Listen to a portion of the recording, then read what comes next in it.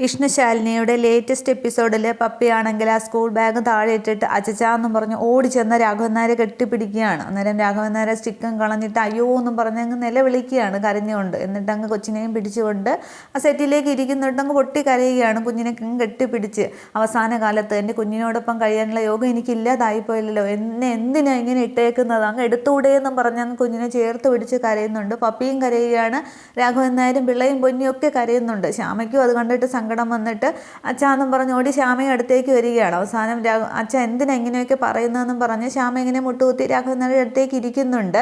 അന്നേരം സങ്കടം കൊണ്ട് പറഞ്ഞു, ഏതാണ് മോളെ, എനിക്ക് സഹിക്കാൻ പറ്റണില്ല എന്ന് പറയുമ്പോൾ എല്ലാവരുടെയും കരച്ചിൽ കണ്ട് അവസാനം രാഘവൻ നായർ എന്നെ സമാധാനപ്പെട്ടിട്ട് മോള് പൊയ്ക്കോ, കുഞ്ഞിനെ കൊണ്ട് പൊയ്ക്കോ എന്ന് പറഞ്ഞിട്ട് കുഞ്ഞിനെ അങ്ങ് ശ്യാമയുടെ കയ്യിലേക്ക് കൊടുക്കുകയാണ്. തുടർന്ന് ശ്യാമയും അങ്ങ് ആശ്വസിച്ചിട്ട് കുഞ്ഞിനെയും പിടിച്ചുകൊണ്ട് അവരവിടെ നിന്ന് ഇറങ്ങുകയാണ്. ഇറങ്ങുമ്പോൾ രാഘവൻ നായർ എഴുന്നേറ്റ് വന്ന പടിയിലേക്ക് ചെന്ന് ഉമ്മറത്തേക്ക് ചെന്ന് നിന്ന് നോക്കുന്നുണ്ട്. അതേസമയം ഭാമയാണെങ്കിൽ മുകളിൽ നിന്ന് നോക്കുകയാണ്. ഇവരിങ്ങനെ ഇറങ്ങി പോകുന്നത് സങ്കടത്തോടെ ഭാമ നോക്കിക്കൊണ്ട് നിൽക്കുമ്പോൾ പപ്പി ഒരു നിമിഷം തിരിഞ്ഞു നോക്കുമ്പോൾ സത്യഭാമയെ കാണുന്നുണ്ട്. അമ്മയെ സത്യാമ്മ എന്ന് പറയുമ്പോൾ ശ്യാമയെ നോക്കുകയാണ്. അന്നേരം ആ ഒരു സങ്കടകരമായ മുഖം ശ്യാമ കാണരുത് എന്നുള്ളത് കൊണ്ട് ഭാമ പെട്ടെന്ന് മുഖം തിരിക്കുകയാണ്. ശ്യാമയ്ക്കൊന്നും മനസ്സിലാവുന്നുണ്ട്. എന്നിട്ട് മോളെ എന്ന് പറഞ്ഞ് കുഞ്ഞിനെയും പിടിച്ചുകൊണ്ട് നടന്നു പോവുകയാണ്. അന്നേരം പോകുന്ന പപ്പിയാണെങ്കിൽ തിരിഞ്ഞു നിന്ന് താഴെ നിൽക്കുന്ന രാഘവൻ നായരെയും മുകളിൽ നിൽക്കുന്ന സത്യഭാമയെ മാറി മാറി നോക്കുന്നുണ്ട്. അതിനുശേഷം അവർ ഗേറ്റ് കടന്നു പോകുന്നവരെ രണ്ടുപേരും താഴെ നിന്ന് മുകളിൽ നിന്ന് നോക്കിക്കൊണ്ട് നിൽക്കുകയാണ്. ഒരു പോയതിന് ശേഷം രാഘവൻ നായർ അവിടെ നിന്നങ്ങ് പൊട്ടി കരയുന്നുണ്ട്. സത്യഭാമ അതിനേക്കാൾ വിങ്ങി പൊട്ടി അവിടെ ഇരുന്നങ്ങ് കരയുകയാണ്. ഇതേസമയം അവിടെ ശാലിനിയുടെ അടുത്ത് വിഷ്ണു ആണെങ്കിൽ ശാലിനിയെ പരിചരിച്ച് കൂടെ തന്നെ ഇരിക്കുകയാണ്. ഇങ്ങനെ ഓറഞ്ചൊക്കെ പൊളിച്ച് ശാലിനിയുടെ വായിലേക്ക് വെച്ച് കൊടുക്കുന്നുണ്ട്. അന്നേരം വീണ്ടും വീണ്ടും കൊടുക്കുമ്പോൾ ശാലിനി ഇങ്ങനെ വേണ്ടാന്ന് പറയുകയാണ്. അന്നേരം എന്താന്നൊക്കെ വിഷ്ണു ചോദിക്കുന്നുണ്ട്. അന്നേരം എന്നെ എങ്ങനെ ശുശ്രൂഷിച്ച് കൂടെ ഇരിക്കാനാണോ എന്ന് ചോദിക്കുകയാണ്. അല്ലാതെ ഞാനല്ലാതെ പിന്നെ ആരാണ് ഇങ്ങനെ ഈ കൂടെ ഇരിക്കുക എന്ന് പറയുമ്പോൾ എനിക്കൊരു ബുദ്ധിമുട്ടും ഇല്ല എന്നൊക്കെ പറയുന്നുണ്ട്. അന്നേരം ആര് പറഞ്ഞ് ബുദ്ധിമുട്ടുണ്ടെന്ന് എനിക്കും സന്തോഷം തന്നെയാണ്, പക്ഷേ വീട്ടിലെ കാര്യങ്ങൾ കൂടി നോക്കണം, അവിടെ എന്താ ഏതാണെന്നൊന്നും അറിയില്ലല്ലോ. പിന്നെ അച്ഛൻ്റെ കാര്യമാണ് പ്രശ്നം. സത്യാമ്മ ആണെങ്കിൽ അച്ഛനെ കുറ്റപ്പെടുത്താനേ നോക്കുകയുള്ളൂ. അതുകൊണ്ട് വിഷ്ണുവേട്ടൻ വീട്ടിലേക്ക് എന്ന് പറയും. ഇവിടെ ഇപ്പം ഞാൻ കളക്ടർ ആയതുകൊണ്ട് എല്ലാവരും കാര്യങ്ങളൊക്കെ നോക്കും, കുഴപ്പമൊന്നുമില്ല, വിഷ്ണുവേട്ടൻ പോയിട്ട് വാ എന്നൊക്കെ പറയുന്നുണ്ട്. അന്നേരം ഞാൻ എങ്ങനെയാണ് തന്നെ ഒറ്റയ്ക്കാക്കിയിട്ട് പോകാമെന്നും പറഞ്ഞിട്ട് വിഷ്ണു ശാലിനിയുടെ കൈയൊക്കെ പിടിച്ച് തൻ്റെ കൈക്കുള്ളിലൊക്കെ വെച്ചിട്ട് മുത്തമൊക്കെ കൊടുക്കുകയാണ്. എന്നിട്ട് പറയുന്നുണ്ട് അപ്പോൾ താൻ എന്താ പറഞ്ഞു വരുന്നതെന്ന് ചോദിക്കുമ്പോൾ വിഷ്ണുവേട്ടൻ പോയിട്ട് അവിടുത്തെ കാര്യങ്ങളൊക്കെ നോക്കിയിട്ട് വാ, അവിടെ എന്തായി ഏതായി എന്നൊന്നും അറിയത്തില്ലല്ലോ, ഇങ്ങനെയൊക്കെ നിൽക്കുകയല്ലേ പറഞ്ഞുകൊണ്ട് നിൽക്കുമ്പോൾ വിഷ്ണുവിന് പോകാനാണെങ്കിൽ ഒട്ടും മനസ്സില്ല ശാലിനിയുടെ അടുത്ത് നിന്നും. തുടർന്നാണ് ഈ സമയത്ത് അനുപല്ലവി അകത്തേക്ക് കയറി വരുന്നുണ്ട്. അന്നേരം അപ്പോൾ വിഷ്ണുവേട്ടൻ പോയിട്ട് വാ, അനു ഇപ്പോൾ ഇവിടെ ഉണ്ടല്ലോ, എന്താവശ്യം ഉണ്ടെങ്കിലും അനു ഉണ്ടെന്ന് പറയുകയാണ്. അന്നേരം അനുപല്ലവിയും പറയുന്നുണ്ട് സാറ് പോയിട്ട് വാ എന്ന് പറയുകയാണ്. അതിന് മുന്നേ ആണെങ്കിൽ അനുപല്ലവി വന്നപ്പോൾ തന്നെ അനുപല്ലവി പറയുന്നുണ്ട് ഓഫീസിൽ ADM John Abraham sir charge എടുത്തിട്ടുണ്ട് എന്ന് പറയുകയാണ്. അന്നേരം ശാലിനി ഇങ്ങനെ വിഷ്ണുവിനെ തന്നെ നോക്കുകയാണ്. അന്നേരം അപ്പോൾ യുദ്ധകളം ഒരുങ്ങിക്കഴിഞ്ഞു, അപ്പോൾ ഇനി എന്തും പ്രതീക്ഷിക്കാം, അപ്പോൾ ജപ്തി നടപടികൾ ഇനി മുന്നോട്ട് പോവുക തന്നെ ചെയ്യും, അതിൽ നിന്നും ശാലിനി വിഷ്ണുവിനെ ഒഴിവാക്കണമായിരുന്നു, അതിന് വേണ്ടിയിട്ടാണ് അവരിതൊക്കെ കളിച്ചത് എന്ന് പറയുകയാണ്. അപ്പം അനുപല്ലവും പറയുന്നുണ്ട്. അപ്പോൾ ശാലിനി പറയുകയാണ് ഈ ജോൺ എബ്രഹാം എന്ന് പറയുന്നത് സുസ്മിതയുടെയും ചന്ദ്രബോസിൻ്റെയും വലം കൈയാണെന്ന്. അന്നേരം വിഷ്ണു ഇങ്ങനെ ശ്രദ്ധിച്ചിരിക്കുകയാണ്. തുടർന്ന് അനുപല്ലവി പറയുന്നുണ്ട് അപ്പോൾ ജപ്തി നടപടികൾ മുന്നോട്ട് പോകാനുള്ള അച്ചാരം വാങ്ങി പോക്കറ്റിലിട്ട് തന്നെയാണ് അയാൾ ചാർജ് എടുത്തിരിക്കുന്നത് എന്ന് പറയുമ്പോൾ അപ്പോൾ നമ്മളെ ഒഴിവാക്കേണ്ടത് ആവശ്യമായിരുന്നു, അതിനുവേണ്ടിയാണ് അവരതൊക്കെ ചെയ്തതെന്ന് പറയുകയാണ്. തുടർന്ന് വിഷ്ണുവേട്ടൻ പോയിട്ട് വാ എന്ന് പറയുമ്പോൾ അനുപല്ലയും പറയുന്നുണ്ട് സാറ് പോയിട്ട് വാ, ഞാനിവിടെ ഉണ്ട്, എന്തെങ്കിലും ആവശ്യമുണ്ടെങ്കിൽ ഫോണിൽ വിളിക്കുക എന്ന് പറയുകയാണ്. ഈ സമയത്ത് സിസ്റ്റർ ആണെങ്കിൽ ഒരു മെഡിസിൻ്റെ പ്രിസ്ക്രിപ്ഷനായിട്ട് വന്നിട്ട് പറയുകയാണ് ഈ 2 മെഡിസിൻ കൂടി വാങ്ങണമെന്ന്. തുടർന്ന് വിഷ്ണു അതങ്ങ് വാങ്ങിച്ചിട്ട് പറയുകയാണ് എടോ ഞാൻ പറഞ്ഞില്ലേ ഇവിടെ ഇങ്ങനെ ആവശ്യങ്ങളൊക്കെ വരും, അപ്പോൾ ഞാൻ എങ്ങനെയാണ് പോവുക, എന്തായാലും ഞാൻ ഈ മരുന്ന് വാങ്ങിച്ചിട്ട് വരാമെന്നും പറഞ്ഞ് വിഷ്ണു മരുന്ന് വാങ്ങിക്കാൻ പോവുകയാണ്. തുടർന്ന് അനുപല്ലവിയോട് ശാലിനി പറയുന്നുണ്ട് നമ്മുടെ ചമ്പാരൻ അവിടുത്തെ ചമ്മട എസ്റ്റേറ്റിൽ പിന്നെ ഈ ആക്രമണ ശ്രമവും പിന്നീട് ജോൺ എബ്രഹാമിൻ്റെ എൻട്രിയും ഒക്കെ ആയിട്ട് നോക്കുമ്പോൾ അത് കരുതിക്കൂട്ടി തയ്യാറാക്കിയ ഒരു പോലീസ് ഓഫീസറുടെ സ്ക്രിപ്റ്റ് തന്നെയാണ്, ഇനി എന്തും പ്രതീക്ഷിക്കാം, പന്തിപ്പോൾ അവരുടെ കോർട്ടിലാണ്, നമ്മളൊന്ന് കരുതിയിരിക്കണം, എന്താ ഏതാണെന്നൊന്നും അറിയില്ല, അവിടെ സത്യാമ്മയുടെ വീടാണെങ്കിൽ നാട്ടുകൂട്ടം പോലെ കൂടി സത്യാമ്മ പറയുന്ന വിധി അനുസരിച്ച് നടന്നുകൊണ്ടിരുന്നതായിരുന്നു, ആ വീടാണിപ്പോൾ അന്യം നിന്ന് പോകാൻ പോകുന്നത്, എല്ലാവരും ബഹുമാനിച്ചിരുന്ന വീട്, സത്യാമ്മ ഏത് പ്രതിസന്ധി ഘട്ടങ്ങളിലും പിടിച്ചു നിൽക്കും, പക്ഷേ അച്ഛൻ്റെ കാര്യമാണ് കഷ്ടം, അതാണ് വിഷ്ണുവേട്ടനോട് ഞാൻ അവിടത്തേക്ക് പോകാൻ പറയുന്നത് എന്നിങ്ങനെ പറയുമ്പോൾ അതിന് സങ്കടം വരുന്നുണ്ട്. അന്നേരം സത്യഭാമ പണ്ട് ആദ്യത്തെ എപ്പിസോഡുകളിൽ കാണിച്ച ആ നാട്ടുകൂട്ടം പോലെ വീട്ടിൽ കൂടുന്നതും പ്രീതിയൊക്കെ അടുത്ത് നിൽക്കുന്നതും എല്ലാവരുടെയൊക്കെ സീനൊക്കെ കാണിക്കുന്നുണ്ട്. തുടർന്ന് അനുപല്ലവി പറയുകയാണ്, അപ്പോൾ ഇത് ഇനിയുള്ള ദിവസങ്ങൾ നിർണായകമാണല്ലേ എന്ന് ചോദിക്കുമ്പോൾ അതേ കരുതിയിരിക്കണമെന്നിങ്ങനെ ശാലിനി പറയുന്നുണ്ട്. ഇനി അതൊരു തിരക്കഥയാണെന്ന് പറഞ്ഞല്ലോ, ഒരു പോലീസ് ഓഫീസറുടെ തിരക്കഥയാണ്. അപ്പോൾ ഇനി ഒരു ക്ലൈമാക്സ് ഉണ്ട്, അതാണ് ഇനി സത്യാമ്മയുടെ വീട്ടിൻ്റെ മുറ്റത്ത് അരങ്ങേറാൻ പോകുന്നതെന്ന് ശാലിനി പറയുന്നുണ്ട്.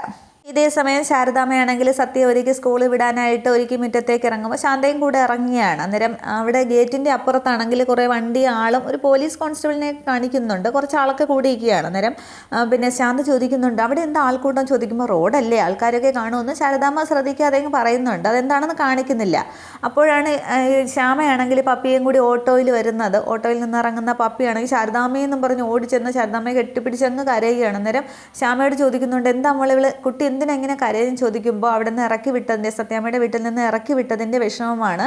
ഇതിപ്പോൾ പിന്നെ ഞാനും കുഞ്ഞും ഒക്കെയാണ് ഇപ്പോൾ അവിടെ നിൽക്കാൻ പറ്റാത്ത അവസ്ഥയാണ്, ഇപ്പോൾ പന്ത് പോലെ തട്ടിക്കളിക്കുന്ന ഞങ്ങളെയാണ് എന്ന് പറഞ്ഞിട്ട് സഹിച്ചല്ലേ പറ്റൂ, എൻ്റെ മോളുടെ മിതി എന്ന് പറഞ്ഞിട്ട് ശ്യാമങ്ങ് അകത്തേക്ക് പോകാൻ തുടങ്ങുമ്പോൾ നീ എന്തിനാ മോളെ ഇങ്ങനെയൊക്കെ പറയുന്നതെന്ന് ശാരദാമ്മ ചോദിക്കുന്നുണ്ട്. അല്ലാതെ പിന്നെ എങ്ങനെയാണ് പറയേണ്ടത്, കെട്ടിക്കൊണ്ടുവന്ന ആൾ എന്ത് എന്നാണ് അവിടെ ഉള്ളവർ ചോദിക്കുന്നത്, അത് ശരിയല്ലേ എന്ന് ചോദിക്കുകയാണ്. അങ്ങനെ ശാരദാമ്മ പറയുന്നുണ്ട്, അതിനുള്ള ഉത്തരം നൽകേണ്ടത് അവർ തന്നെയാണ്, നീ രോഹിത്തിൻ്റെ കൂടെ ഇറങ്ങിപ്പോയതൊന്നും അല്ലല്ലോ, കല്യാണം കഴിച്ചുകൊണ്ട് പോയതല്ലേ, അപ്പോൾ അവൻ എവിടെയായാലും അവനെ വിളിച്ചുകൊണ്ട് വന്ന് നിന്റെ ജീവിതം സുരക്ഷിതമാക്കേണ്ടത് അവരുടെ ഉത്തരവാദിത്തമാണ്, കോടതിയിൽ പോയാൽ അവർ ഉത്തരം പറയേണ്ടി വരുമെന്നിങ്ങനെ ശാരദാമ്മ പറയുന്നുണ്ട്. അന്നേരം ശാന്തയും സത്യമൊക്കെ ഇത് കേട്ടുകൊണ്ട് നിൽക്കുകയാണ്. അന്നേരം ശ്യാമ പറയുന്നുണ്ട്, അല്ലെങ്കിൽ തന്നെ അവിടെ ആകെ പ്രശ്നമാണ്, ഏത് നിമിഷവും അവിടെ നിന്ന് ഇറങ്ങേണ്ട അവസ്ഥയിലാണ്, അതുകൊണ്ടാണ് പിന്നെ ഞാനും വേറൊന്നും പറയാതിരുന്നത്, അച്ഛൻ്റെയും തീരുമാനം അത് തന്നെയാണ്, അതുകൊണ്ടാണ് ഞാൻ മോളെയും കുട്ടിയും പോകുന്നതെന്ന് പറഞ്ഞിട്ട് ശ്യാമ വിഷമത്തോടെ അകത്തേക്ക് കയറി പോവുകയാണ്. അന്നേരം ഈ കുട്ടിയാണെങ്കിൽ ശാരദാമ്മയെ കെട്ടിപ്പിടിച്ചങ്ങ് കരയുകയാണ്. അന്നേരം മോള് കരയില്ലേ, ഇവിടെ മോൾക്ക് സത്യം ഉണ്ടല്ലോ കൂട്ടരെന്ന് പറഞ്ഞിട്ട് സത്യയോട് പറയുകയാണ്, പപ്പി അകത്തേക്ക് കൊണ്ടുപോകാൻ. അന്നേരം വാ പപ്പി എന്ന് പറഞ്ഞിട്ട് ബാഗ് എടുക്കുമെന്ന് പറഞ്ഞിട്ട് അവർ രണ്ടുപേരും കൂടി ബാഗ് എടുത്ത് വാ ഇവിടെ ഇരിക്കാമെന്ന് പറഞ്ഞ് അവരങ്ങ് അകത്തേക്ക് കയറി പോകുന്നുണ്ട്. അന്നേരം ശാരദാമ്മ ആകെ വിഷമിച്ച് നിൽക്കുകയാണ്. ഇതേസമയം അവിടെ സത്യഭാമയുടെ വീട്ടിൽ ജപ്തി നടപടികളൊക്കെ തുടങ്ങുന്നുണ്ട്. രാഘവൻ നായർ ഇങ്ങനെ തിണ്ണയിലാകെ വിഷമിച്ചിരിക്കുന്നുണ്ട്. പിള്ളയെ അടുത്തിരിക്കുകയാണ്. പോലീസുകാരും റവന്യൂ വകുപ്പിലെ ഉദ്യോഗസ്ഥരും എല്ലാവരും ചന്ദ്രബോസും ഒക്കെ ഉണ്ട്. ഓരോരോ സാധനങ്ങളായിട്ട് ഭാമയുടെ വീട്ടിലെ സാധനം കസേരയും കട്ടിലും പിന്നെ സ്റ്റാൻഡും പാത്രങ്ങളും ഒക്കെ വാരി എല്ലാം വെളിയിലേക്ക് വെക്കുകയാണ്. അതേസമയം സത്യഭാമയുടെ കയ്യിൽ ഒരു ബിഗ് ഷോപ്പറും അതിനകത്തൊരു കൃഷ്ണവിഗ്രഹം വെച്ചിട്ട് ഭാമ അത് മുറുകെ പിടിച്ചിരിക്കുകയാണ്. തുടർന്ന് പൊന്നി അവിടെ പാത്രങ്ങൾക്കിടയിൽ എന്തൊക്കെയോ തപ്പുകയാണ്. അന്നേരം നേരെ അങ്ങോട്ട് നോക്ക് എന്നിങ്ങനെ ഭാമ പറയുന്നുണ്ട്. അന്നേരം പൊന്നി അന്വേഷിക്കുകയാണ്. വിളക്കിൻ്റെ തട്ടമാണ് പൊന്നി അവിടെ അന്വേഷിക്കുന്നത്. ഞാൻ വിളക്ക് എവിടെ ആയാലും നമ്മൾ നിൽക്കുന്ന എവിടെയാണോ അവിടെയാണ് വീട്, പിന്നെ വിളക്ക് വെക്കാതെ പറ്റില്ലല്ലോ, ഭഗവാന്മാർക്ക് കൊടുക്കുന്നത് മുടക്കാൻ പറ്റുമോ, ഞാൻ എന്തായാലും മുടക്കില്ല, അത് ഈ സത്യഭാമ കൊടുത്തിരിക്കും എന്നൊക്കെ പറഞ്ഞ് ഭാമ ഇങ്ങനെ പരസ്പര വിരുദ്ധമായിട്ട് സംസാരിക്കുകയാണ്. പക്ഷേ ഭാമ ആ ഉള്ളിലെ സങ്കടം മറയ്ക്കാൻ വേണ്ടിയിട്ട് ഭാമ അത് മനഃപൂർവ്വം അങ്ങനെ ചെയ്യുന്നത് തന്നെയാണ്. അത് ഭാമയുടെ സംസാരത്തിൽ നിന്നും കണ്ണുകളിൽ നിന്നും വ്യക്തമാകുന്നുണ്ട്. രാഘവൻ നായർ അതൊക്കെ ശ്രദ്ധിച്ച് ആകെ വിഷമിച്ചിരിക്കുകയാണ്. അന്നേരം ചന്ദ്രബോസ് ഈ സമയത്ത് അവിടെ സുസ്മിതയോട് ഫോണിൽ സംസാരിച്ചുകൊണ്ടിരിക്കുകയാണ്. ഇതൊക്കെ കേട്ടിട്ട് ചന്ദ്രബോസ് പറയുന്നുണ്ട്, തള്ളയുടെ റിലേ അടിച്ചു പോയെന്നാണ് തോന്നുന്നത്, പരസ്പര വിരുദ്ധമായിട്ട് എന്തൊക്കെയോ പുലമ്പുന്നു എന്നൊക്കെ ഇങ്ങനെ പറയുന്നുണ്ട്.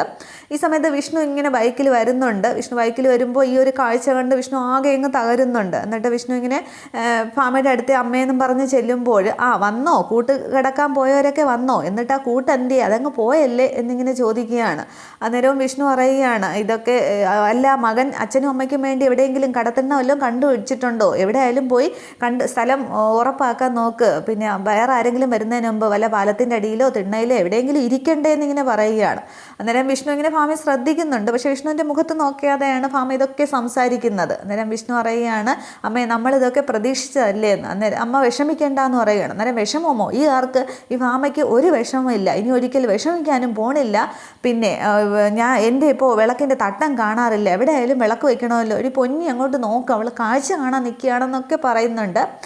എന്നിട്ട് പറയുകയാണ്, അവർ ഓരോരോ സാധനങ്ങൾ വലിച്ചു വാരി ഇട്ടിരിക്കുന്നു, അവർ പറഞ്ഞതാണ് എടുത്തുകൊണ്ട് ഇറങ്ങാനൊക്കെ, പക്ഷേ ഇവിടെ എടുക്കാനായിട്ട് ആരെങ്കിലും ഇരിക്കുന്നു, കാല് വയ്യാത്ത ആ മനുഷ്യനെ കൊണ്ട് എന്താണ് പറ്റുന്നത്, പിന്നെ ആ പിള്ള അങ്ങേർക്കാണെങ്കിൽ അതിൻ്റെക്കാൾ വയ്യാതിരിക്കുന്നു, പിന്നെ പൊന്നി ഇനി നോക്കുന്നൊക്കെ പറയുകയാണ്. പിന്നെ ഒരു മകനുള്ളതാണെങ്കിൽ അച്ചിക്ക് കൂട്ടിരിക്കാൻ പോയി, അവനിതിനൊന്നും സമയമില്ലല്ലോ എന്നിങ്ങനെ പറയുമ്പോൾ വിഷ്ണുവിൻ്റെ കണ്ണൊക്കെ നിറഞ്ഞു വരുന്നുണ്ട്. ഭാമ ഇതെല്ലാം സങ്കടത്തോടെ മനഃപൂർവ്വം വെളിയിൽ സന്തോഷം അഭിനയിച്ചാണ് ഇതൊക്കെ പറയുന്നത്. അന്നേരം വീണ്ടും പൊന്നിയോട് നോക്കാൻ പറയുമ്പോൾ പൊന്നി ഇതൊക്കെ നോക്കുന്നുണ്ട്. അന്നേരം വിഷ്ണുവിന് മനസ്സിലാവുന്നുണ്ട് സത്യഭാമയുടെ സംസാര രീതിയിൽ നിന്നും അമ്മയ്ക്ക് ഉള്ളിൽ വിഷമമുണ്ട്, പക്ഷേ അത് പുറത്ത് കാണിക്കാതെ ആരും അറിയാതിരിക്കാൻ ഇങ്ങനെ ഒരു മറ വയ്ക്കുന്നതാണെന്ന് വിഷ്ണുവിന് മനസ്സിലാവുകയാണ്.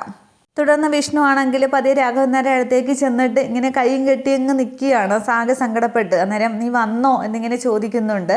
അന്നേരവും ഭാമയുടെ കയ്യിലിരിക്കുന്ന ബിഗ് ഷോപ്പർ ഇങ്ങനെ എടുത്തെടുത്ത് കാണിക്കുന്നുണ്ട്. അത് പക്ഷേ അതിൽ തലേ ദിവസം വാങ്ങിച്ച ആ പൈസ ആയിരിക്കാം, പക്ഷേ അതൊന്നും എടുക്കാനായിട്ട് ബോസ് സമ്മതിക്കില്ല. അന്നേരം പിന്നെ മക്കളെ എങ്ങനെയുണ്ട്, ശാലിനിക്ക് എങ്ങനെയുണ്ട് എന്നിങ്ങനെ ചോദിക്കുമ്പോൾ ഇപ്പോൾ ഭേദമുണ്ട്, എന്നാൽ 2-3 ദിവസം കിടക്കേണ്ടി വരുമെന്ന് പറയുമ്പോൾ പാവം എന്നിങ്ങനെ രാഘവൻ നായർ പറയുന്നുണ്ട്. എന്നിട്ട് പറയുകയാണ്, ഞാൻ ഈ പിള്ളയോട് പറയുകയായിരുന്നു കാര്യങ്ങളൊക്കെ. ഈ വീട് പണിയുന്ന സമയത്താണെങ്കിൽ ഇവിടേക്ക് വണ്ടി ഒന്നും വരത്തില്ല, അങ്ങ് ദൂരെയാണ് കല്ലും മറ്റ് സാധനങ്ങളും ഒക്കെ കൊണ്ടിട്ടിരുന്നത്. അന്ന് ചുമന്നാണ് ഇവിടത്തേക്ക് കൊണ്ടുവന്നിരുന്നത്. ആദ്യം ഒരു മുറി അടുക്കളയും മാത്രമാണ് വച്ചത്. പിന്നെ ഒരുപാട് കഷ്ടപ്പെട്ടുണ്ടാക്കിയതാണ്. അന്ന് പുറം വേദന ഉണ്ടായിരുന്നപ്പോൾ നിൻ്റെ അമ്മ ഇഞ്ചപ്പില്ലിട്ട് ചൂടുവെള്ളം ഉണ്ടാക്കി തരുമായിരുന്നു. അന്നൊരു മറ കെട്ടി അവിടെ നിന്നാണ് കുളിച്ചുകൊണ്ടിരുന്നത്. പിന്നീട് അത് ഞാൻ ഒരുപാട് തവണ വച്ചിരുന്നിട്ട് അതായിരുന്നു അന്നത്തെ മരുന്ന് എന്നൊക്കെ പറഞ്ഞ് രാഘവൻ നായർ ഒരുപാട് സങ്കടപ്പെടുത്തങ്ങോട്ട് കരയുകയാണ്. അന്നേരം പിള്ളയെ അടുത്ത് നിന്ന് പൊട്ടി കരയുന്നുണ്ട്. പക്ഷേ ഇതൊക്കെ ചന്ദ്രബോസ് കേട്ട് ആ റവന്യൂ ഉദ്യോഗസ്ഥനൊക്കെ കേട്ട് രസിച്ചങ്ങ് നിൽക്കുകയാണ്. പക്ഷേ ഭാമയ്ക്ക് ഇത് കേൾക്കുമ്പോൾ അങ്ങ് സങ്കടം അണപൊട്ട് വരുന്നുണ്ട്, കരച്ചിലിൻ്റെ വക്കോളം സത്യഭാമ വരുന്നുണ്ട്. പക്ഷെ ഭാമ കരയുന്നില്ല. തുടർന്നും പറയുന്നുണ്ട്, ഇവർ നിലത്തിടുന്ന വലിച്ചെറിയുന്ന ഓരോ സാധനങ്ങളും വളരെ കഷ്ടപ്പെട്ട് ഉണ്ടാക്കിയതാണ്. പക്ഷേ എന്ത് ചെയ്യാം, ഒരു മാറ്റം ആവശ്യം തന്നെയാണ്. നഷ്ടപ്പെട്ടതെല്ലാം നഷ്ടപ്പെട്ടത് തന്നെയാണ്, അതൊരിക്കലും തിരിച്ചു കിട്ടില്ല എന്നൊക്കെ പറഞ്ഞ് രാഘവൻ നായർ അങ്ങ് കരഞ്ഞ് കണ്ണാടിയൊക്കെ മാറ്റി കണ്ണീരൊക്കെ തുടയ്ക്കുന്നുണ്ട്. പിന്നെ ഇതെല്ലാം നേരത്തെ അങ്ങ് പോയത് കൊണ്ട് ഈശ്വരൻ വിളിക്കുമ്പോൾ ധൈര്യമായിട്ട് അങ്ങ് പോകാം, ഒന്നുമില്ലല്ലോ, അല്ലെങ്കിൽ ഇതൊക്കെ വിട്ടിട്ട് പോകാൻ പ്രയാസമായിരിക്കും എന്ന് പറഞ്ഞ് രാഘവൻ നായരുടെ സങ്കടം കണ്ടിട്ട് വിഷ്ണു രാഘവൻ നായരുടെ തോളിലേക്ക് ഇങ്ങനെ ബലമായിട്ട് ഇറുക്കി അങ്ങ് പിടിക്കുകയാണ്. വിഷ്ണുവിനും സങ്കടം, എല്ലാവരും അങ്ങ് കരഞ്ഞ് നിൽക്കുകയാണ്. അന്നേരം പിള്ള നിന്നങ്ങ് പൊട്ടി കരയുമ്പോൾ എന്തുവാടോ പിള്ളേ എന്ന് പറഞ്ഞിട്ട് വിഷ്ണുവിനോട് പറയുകയാണ്, ഇവർ വന്നപ്പോൾ മുതലേ പിള്ള കരയാൻ തുടങ്ങിയതാണ്, ഞാൻ കുറേ പറഞ്ഞു, നീ ഒന്ന് പറഞ്ഞു നോക്ക്, ഇല്ലെങ്കിൽ ബാക്കിയുള്ളവരെ കൂടെ കരയിപ്പിക്കാനായിട്ടെന്നും പറഞ്ഞ് രാഘവൻ നായരും പൊട്ടിയും കരയുകയാണ്. ഈ സമയത്ത് പൊന്നി അവിടെ വിളക്കിൻ്റെ അടിയിലെ തട്ടം നോക്കി നിൽക്കുകയായിരുന്നല്ലോ. അപ്പോൾ ഒരു ബാഗ് അങ്ങോട്ട് മാറ്റി വയ്ക്കുമ്പോൾ ഈ അടിയിലത്തെ വിളക്കിൻ്റെ ആ തട്ടം കിട്ടുന്നുണ്ട്. അതിൻ്റെ പൊന്നി ഇങ്ങനെ എടുത്ത് നോക്കുന്ന കാണുമ്പോൾ ഭാമ അങ്ങ് സന്തോഷമാവുകയാണ്. ഇത്രയുമാണ് എപ്പിസോഡിൽ കാണിക്കുന്നത്. അപ്പോൾ ഇനി അവിടെ നോട്ടീസ് വെപ്പും ആ ഒരു നോട്ടീസ് വായിക്കുകയും സീലടിക്കുകയൊക്കെ ചെയ്യുകയാണ് ചെയ്യുന്നത്. അതിനുശേഷം ഈ ഭാമയുടെ കയ്യിലിരിക്കുന്ന ബിഗ് ഷോപ്പറും ഒക്കെ നോക്കും. എന്നിട്ട് ആ വിഗ്രഹം മാത്രമേ എടുക്കാനായിട്ട് ഭാമയെ സമ്മതിക്കുള്ളൂ. എന്നിട്ട് അവരവിടെ നിന്ന് വിഷ്ണുവരെയും കൊണ്ടുപോകുന്ന സീനാണ്. അപ്പോൾ ഇനി അടുത്ത സീനിലാണ് അവരിനി എങ്ങോട്ട് പോകുന്നു എന്നുള്ളത്. അതെന്തായാലും നമുക്ക് കാണാം. Okay, thank you.